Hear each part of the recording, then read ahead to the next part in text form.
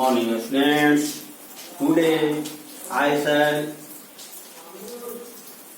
teach you new chapter.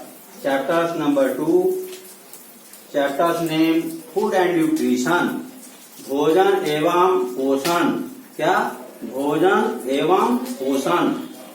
At first, introduction of food and nutrition.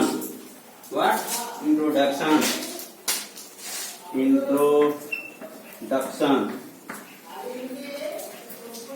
Introduction means परिचय. At first, you know about food and nutrition by introduction. Introduction के द्वारा, परिचय के द्वारा.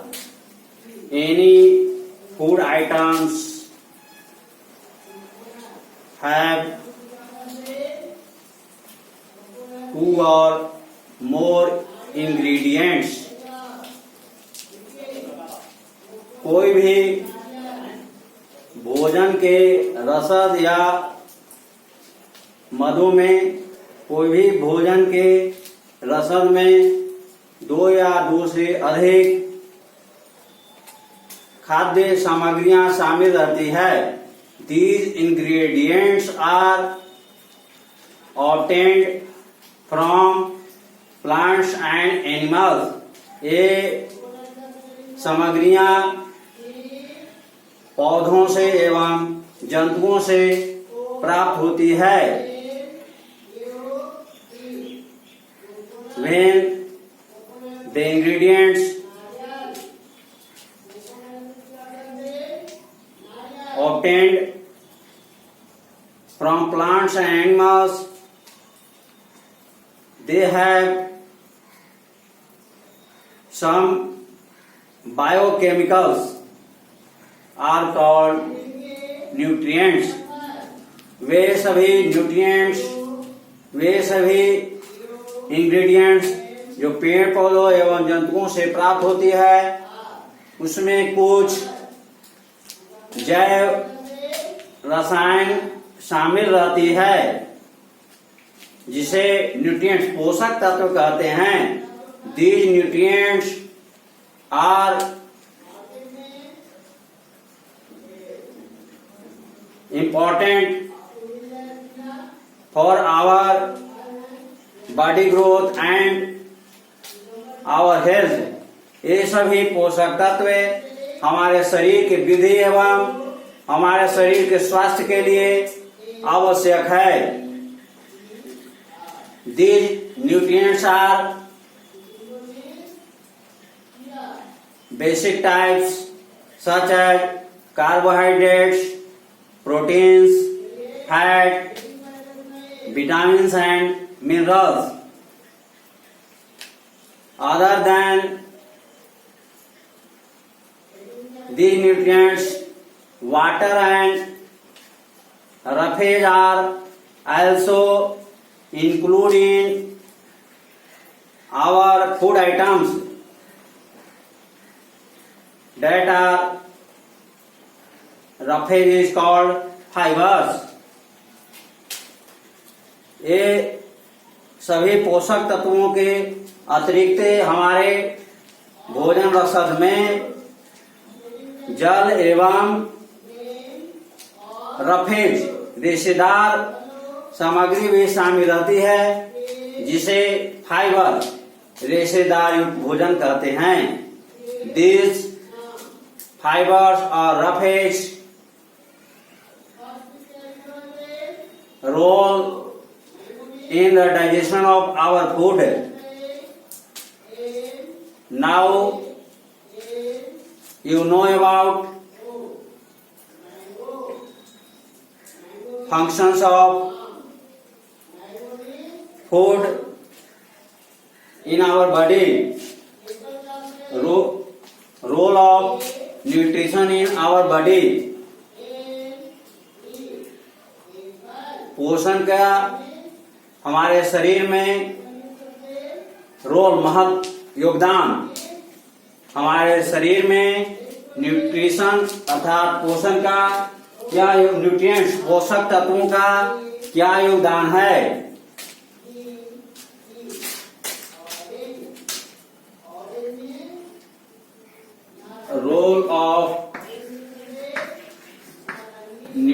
nutrients, role of nutrients in our body,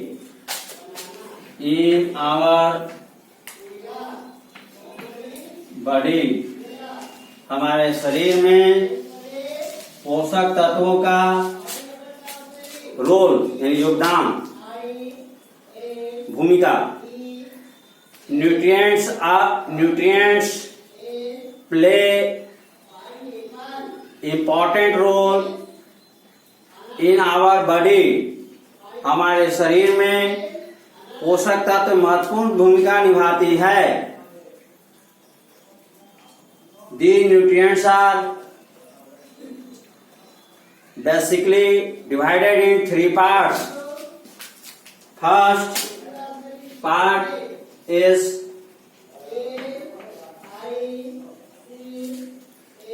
body building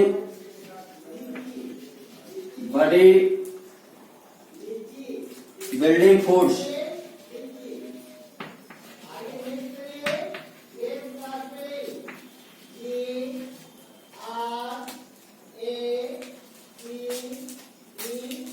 Second,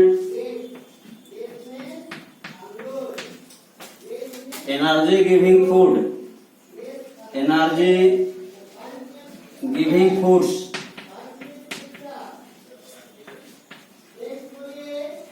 And third,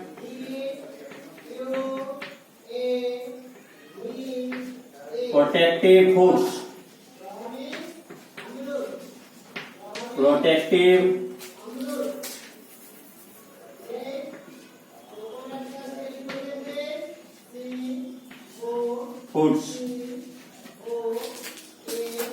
nutrients का आधारभूत रूप से तीन भागों में हम बांट सकते हैं।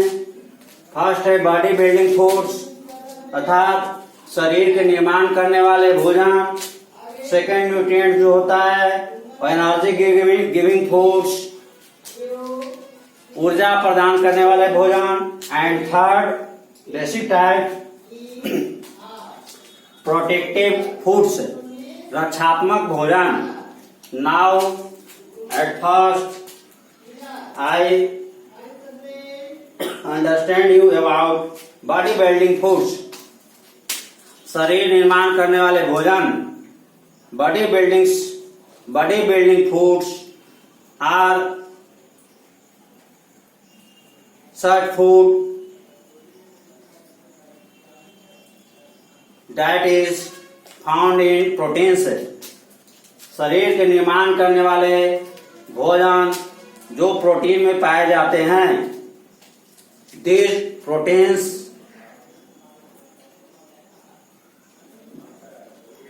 need to growth of the body, ये प्रोटीन्स शरीर की वृद्धि के लिए आवश्यक होती है। अर्थात हमारे शरीर की वृद्धि करने के लिए प्रोटीन्स की आवश्यकता पड़ती है। So proteins are called body building foods. Second energy giving foods, ऊर्जा प्रदान करने वाले भोजन।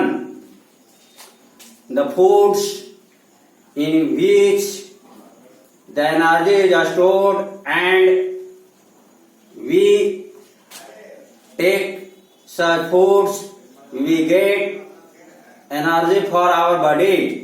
वैसे भोजन जिसमें ऊर्जा संग्रहित रहती है एवं हमारे शरीर की ऊर्जा पूर्ति करने के लिए वैसे भोजन को हम ग्रहण करते हैं।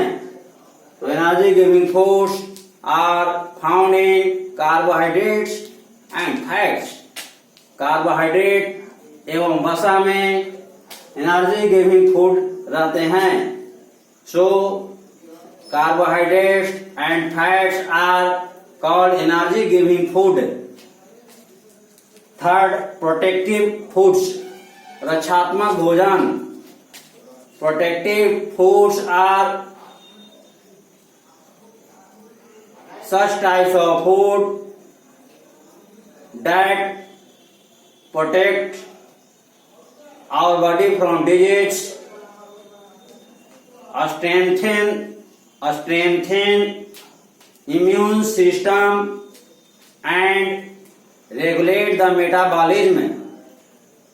रक्षात्मक भोजन वैसे भोजन को कहते हैं जिसके द्वारा हमारे शरीर में बीमारियों से लड़ने में मदद मिलती है।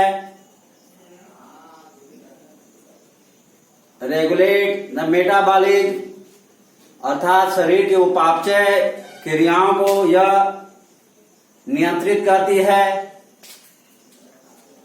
विनियमित करती है। रेगुलेट माने विनियमित या नियंत्रित करना, तो नियंत्रित या विनियमित करती है। विनियमित हमारे मेटाबॉलिज्म में उपापचय क्रिया, शरीर के उपापचय या चयापचय अर्थात जो हम भोजन करते हैं और वह आसानी से पचकर हमारे शरीर से आउट वेस्ट के रूप में होता है, तो वो उससे मेटाबॉलिज्म सिस्टम में प्रोटेक्टिव फोर्स हेल्प करता है।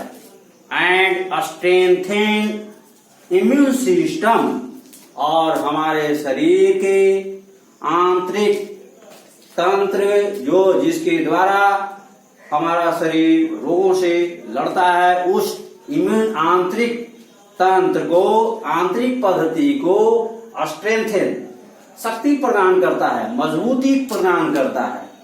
So protective foods are called vitamins and minerals.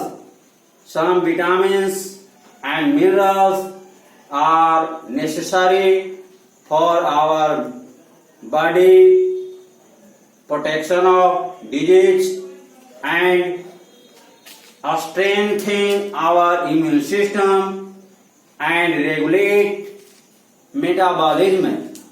यह रक्षात्मक भोजन जो विटामिनों और खनिज लवणों में पाए जाते हैं, यह विटामिन और खनिज लवण हमारे शरीर के आंतरिक तंत्र को मजबूत बनाता है, जिससे हमारा शरीर बीमारियों एवं संक्रमणों से लड़ता है और शरीर की रक्षा करता है।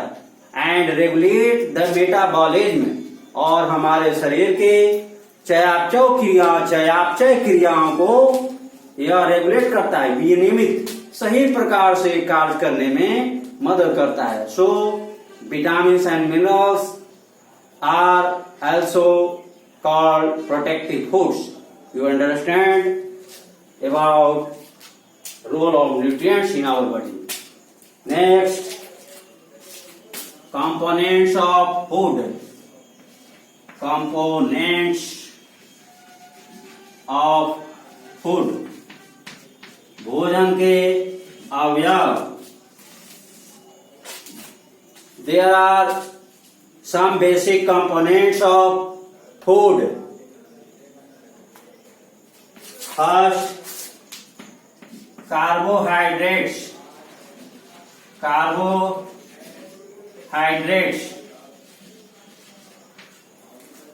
Carbohydrates means carbohydrate।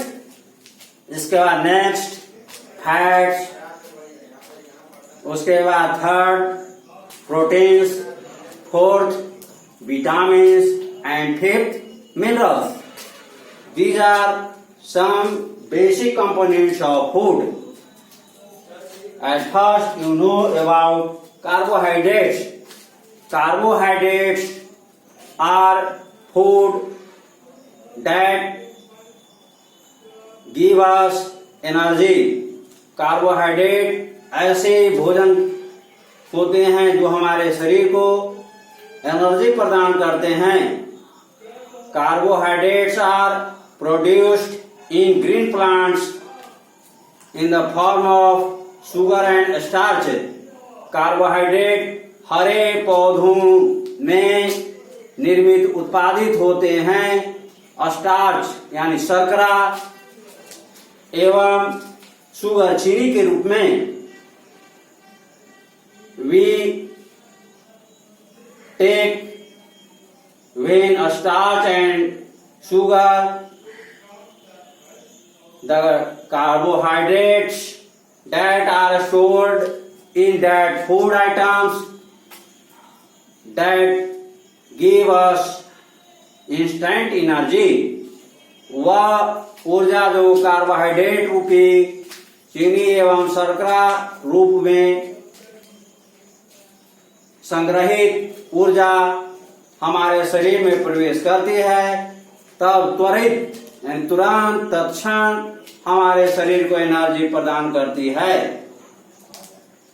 So you know about carbohydrates that are produced by green plants. Carbohydrates are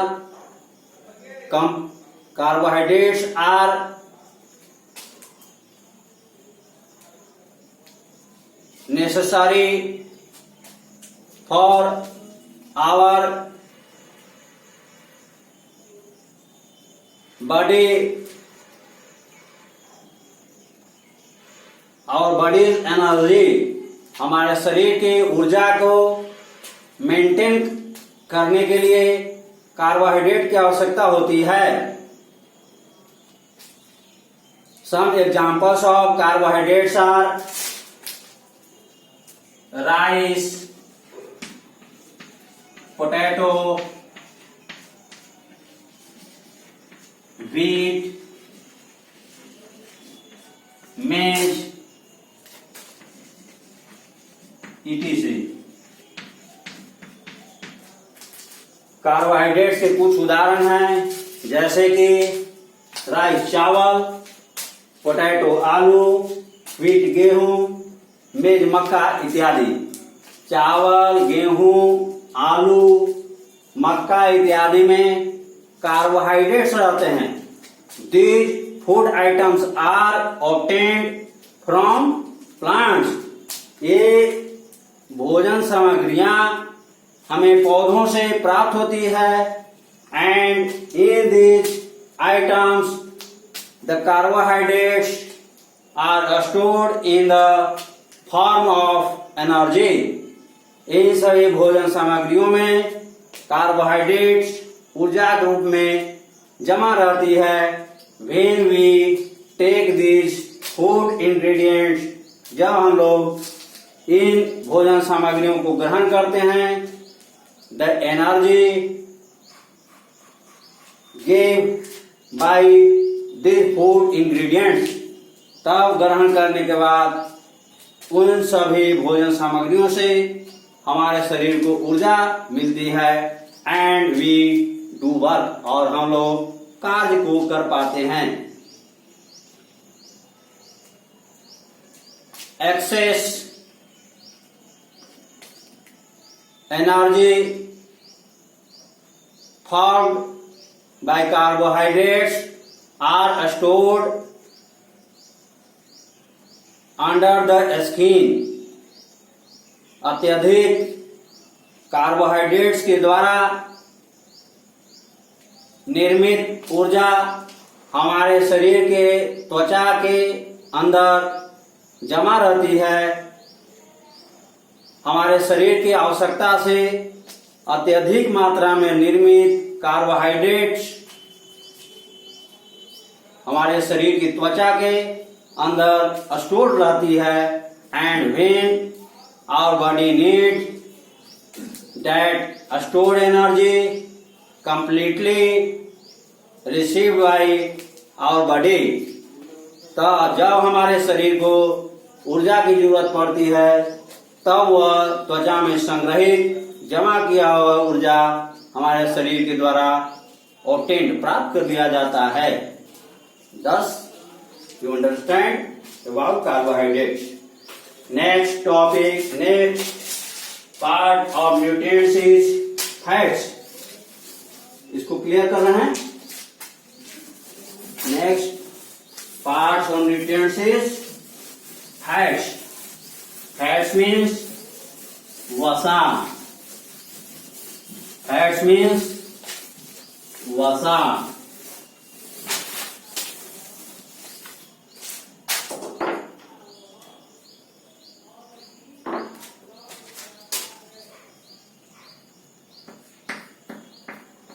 second है फैट्स।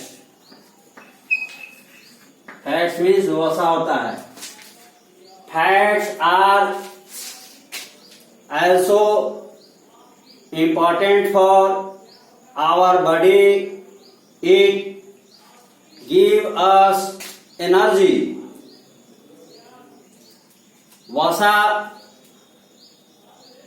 भी हमारे शरीर के लिए आवश्यक है, because it give us energy, क्योंकि वसा हमारे शरीर को भी ऊर्जा देती है। Fats are formed from plants and animals. वसा पौधों एवं जंतुओं दोनों से प्राप्त होती है। Such as coconut oil, mustard oil, groundnut oil, and other vegetable oils are fats that is obtained from plants. and नारियल का तेल, मस्टर्ड सरसों का तेल, ग्राउंडनट ऑयल, बादाम का तेल एंड अदर वेजिटेबल्स ऑयल, और अन्य वनस्पतियों या अन्य वनस्पति के तेल से हमें जो फैट्स वसा प्राप्त होती है, ये सभी किससे ऑब्टेन होते हैं? प्लांट से। So these fats are obtained from plants, and some another examples are cashew nuts, kaju, almonds, etc. are obtained from plants, and it have also available fat. और इन सभी भोजन सामग्रियों में भी वसा उपलब्ध रहती है, but these have not available cholesterol. लेकिन ये सभी वसा सामग्रियों जो पेड़ पौधों से प्राप्त होती है, उसमें कोलेस्ट्रॉल अवेलेबल नहीं रहती है, अर्थात रक्त वसा। कोलेस्ट्रॉल में होता है रक्त वसा। तो जो फैट्स हमें प्लांट से प्राप्त होती है वह रक्त वसा, उस फैट्स में रक्त वसा कोलेस्ट्रॉल अवेलेबल नहीं होता है, and those are called unsaturated fats, और वे असंतृप्त वसा कहलाते हैं। अर्थात वो संतृप्त नहीं होते, उसमें रक्त वसा नहीं रहती है, वह विदाउट कोलेस्ट्रॉल होता है, रक्त वसा नहीं रहती है, यानी वह विदाउट ऑफ हार्मफुल फैट, वह हमारे बॉडीज के लिए नेचुरली फैट होता है, and that are obtained from plants. So the fats that are obtained from plants are called unsaturated fats, and those have not available cholesterol, और उनमें cholesterol available नहीं होती है। Some fats that are obtained from animals, कुछ ऐसे वसा जो जंतुओं से प्राप्त होती है, are called saturated fat and have available cholesterol. वैसे वसा जो जंतुओं से प्राप्त होती है, उन्हें संतृप्त वसा, अर्थात संतृप्त जिसमें रक्त रस अवेलेबल होता है, वह सैचुरेटेड फैट होता है, उसमें कोलेस्ट्रॉल होता है, रक्त वसा अवेलेबल होता है, and excess use of those fats are harmful for our body. Those saturated fats makes our body unhealthy and fatty. वे सभी संतृप्त वसा युक्त भोजन के अत्यधिक मात्रा में ग्रहण करने से हमारा शरीर अनुपयुक्त एवं अत्यधिक मोटापा ग्रहण कर लेता है, स्थूल आकार में बदल जाता है। So you know about saturated fats and unsaturated fats. and also fats are obtained from both plants and animals. And you know about unsaturated fats that are obtained from plants and have not also available cholesterol. जो unsaturated होता है, असंतृप्त वसा होता है, उसमें cholesterol अर्थात रक्त वसा अवेलेबल नहीं होती है and are also useful for our body, और हमारे शरीर के लिए भी उपयोगी है. And these fats that are obtained from animals are called saturated fats. वैसे वसा जो जंतुओं से प्राप्त होती है एंड हैव उसे सैचुरेटेड फैट संतृप्त वसा कहते हैं एंड हैव अवेलेबल कोलेस्ट्रॉल, और सैचुरेटेड फैट्स में रक्त वसा उपस्थित रहती है. You understand it? Examples of fats are that is formed from plants.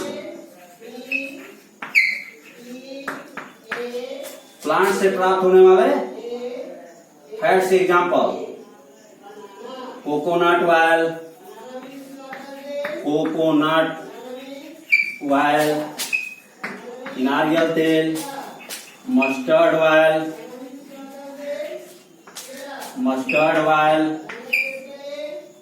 etc. Mustard oil है, अदर वेजिटेबल ऑयल है, ग्राउंडनट ऑयल है, and some other food ingredients such as cashew nut, kaju, almonds, badam, etc. are the sources of fats that are obtained from plants. And the example of fats which are obtained from animals: ghee,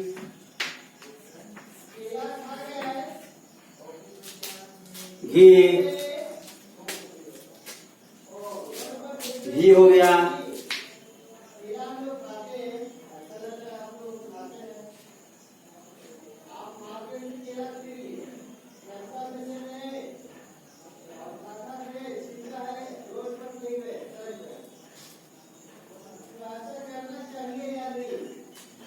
butter है, etc.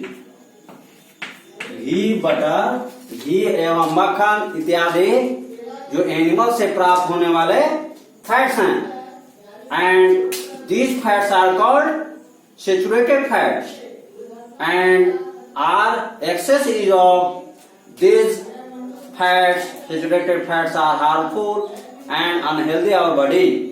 हमारे लिए हानिकारक और अस्वस्थकर हमारा शरीर को बनाता है, because it have available cholesterol, क्योंकि इसमें जंतुओं से प्राप्त वसा में कोलेस्ट्रॉल रक्त वसा अवेलेबल रहती है, रक्त वसा रहती है. And adult needs the amount of fats are 70 to 80 grams per day.